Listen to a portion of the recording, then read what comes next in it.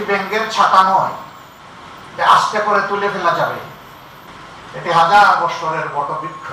কোন স্বৈর শাসকের লাল চক্ষু যেন তাদের কলমকে থামায় দিতে না পারে, তাদের কণ্ঠকে যেন স্তব্ধ করতে না পারে। যে দেশের মানুষের ঘুম ভাঙে আজান শুনে, সেই দেশের মানুষের অন্তর থেকে বিশ্বাস এবং বোধ ছিনিয়ে নেওয়া অত সহজ নয়। আমাদের সংস্কৃতি ভুলিয়ে দেওয়ার অনেক অপচেষ্টা করা হয়েছে, কিন্তু একটা কথা মনে রাখতে হবে, যে দেশের মানুষের ঘুম ভাঙে আজান শুনে, সেই দেশের মানুষের অন্তর থেকে বিশ্বাস এবং বোধ ছিনিয়ে নেওয়া অত সহজ নয়। এই জায়গাটার মূল অনেক গভীরে। এটি ব্যাঙের ছাতা নয় যে আস্তে করে তুলে ফেলা যাবে। এটি হাজার বছরের বটবৃক্ষ।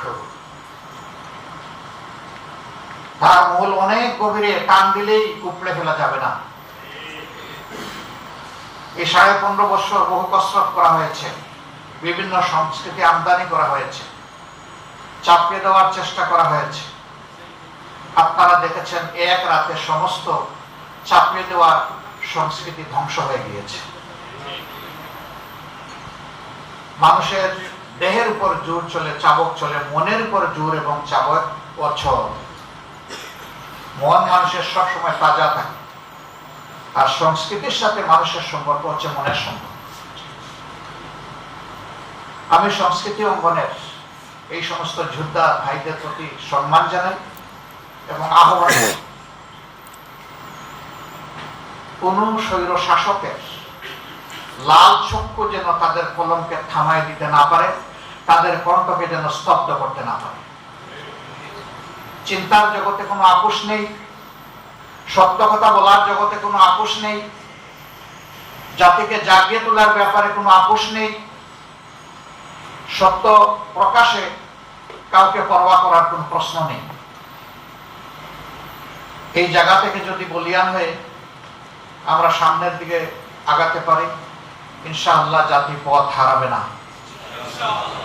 কিন্তু জাতির এই পাহারাদাররা, মনস্তাত্ত্বিক পাহারাদাররা, তারা যদি তাদের দায়িত্ব সঠিকভাবে পালন না করেন, তাহলে এই জাতি বেশি দূর আগাতে পারবে না।